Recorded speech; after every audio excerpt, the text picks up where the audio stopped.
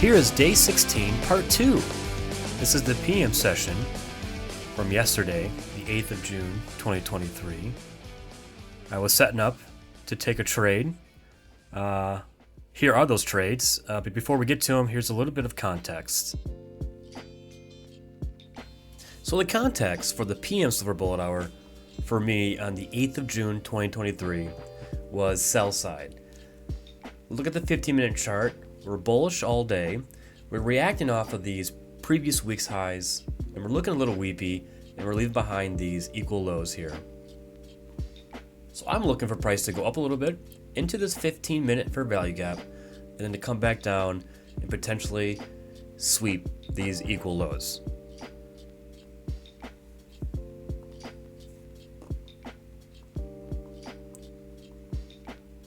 As the hour begins, we go up a little bit, not quite to the fair value gap, and then we begin to break down, leave behind our first fair value gap of the Silver Bullet Hour.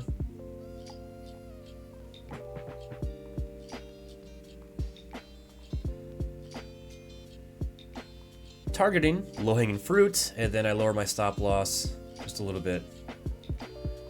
There we are. Now I don't plan on taking two contracts because I had a good morning with two contracts, scaling down, risking down. But yeah, this is the trade that I'm looking at here. There are some red flags already, but I'll talk about that as we get into the trade.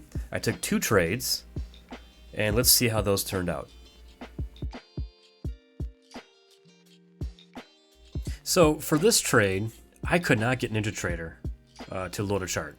I was connected, but I could not get it to actually load a chart.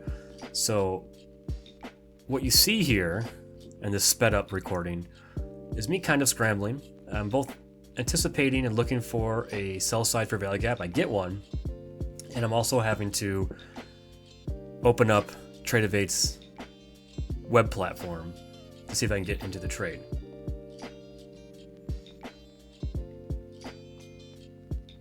There's the ID I just got on talking about. And there's the Trade-Avate. I have my limit order in, and I get tagged in right away. Now, some of the red flags that I definitely noticed in hindsight, didn't really notice at the time, was there really wasn't a market structure shift to the sell side until right now. Now we get one as I'm already in the trade, but I probably should have waited for that. We are in profit here on this trade for a little bit, but we failed to take out what I think is the more important market structure shift, which is the low. That's the genesis for the last swing high. We never take that out. And part of my normal rules is to kind of wait for that to happen. You've seen that in all my videos. Or at the very least, I'll wait for a change of character. However, in this trade, I didn't do that. I kind of jump into things. And on the chart here, you'll notice we have some relative equal highs above. That's another red flag that I failed to notice. In other words, when you look at this again with a bullish order flow in mind, this seems like a no-brainer to go long. That's not the narrative I had. I failed to see it. So I take this trade and I ride it all the way up to my TP. Now, if you watched yesterday's video, I had a really good morning with two contracts. So I'm giving a little bit money back with one, but it's okay. At this point, though, I'm very tempted to collapse the trade because I do like the bullish order flow and I want in. I want to get involved. But I learned my lesson about closing trades too early. It's a good habit to get into of being comfortable with your stop loss and letting it get smacked. I still struggle with that. So it's a lot easier for me to preach it than to practice it, I will admit. But I'm getting better. And yeah, I think someday it'll be better. So there it is. There's trade number one. Very clearly a buy. So here's trade number two. Trade number two comes on the heels of that one because this looks like really good order flow to the upside. We do have some buy side liquidity levels that we could reach into.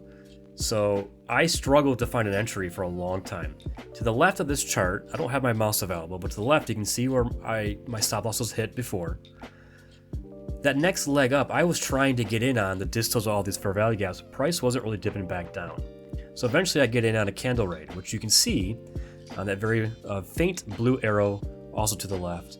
Another long trade. This chopped around for a long time. The shaded blue area that you see on the screen is just an extension of the fair value gap that I was fully anticipating price to dip into, and that's what dictated where my stop loss is at.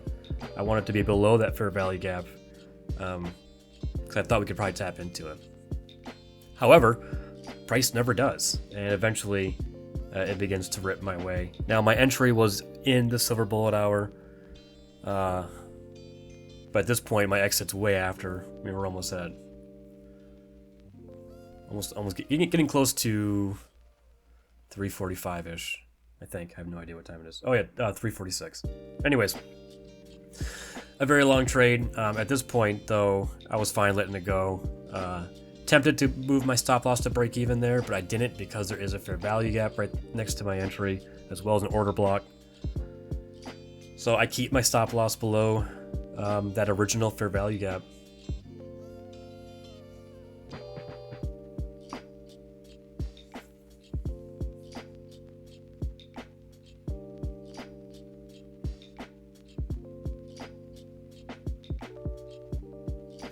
And eventually, my patience is finally rewarded as price spikes up, hits my TP, then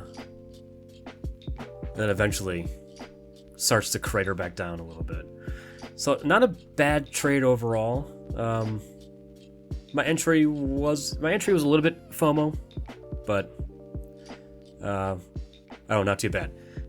Once bullish order flow was established, I really wanted to get in on that one. I don't want to consider it a completely FOMO trade. It just, the order flow was too good to pass up. Here are the trades for the day. The PM session netted me $50 before commissions. There's an updated total from yesterday. We're real close to our profit total, about $100, and we'll see if we can get that on the 9th. Thank you very much.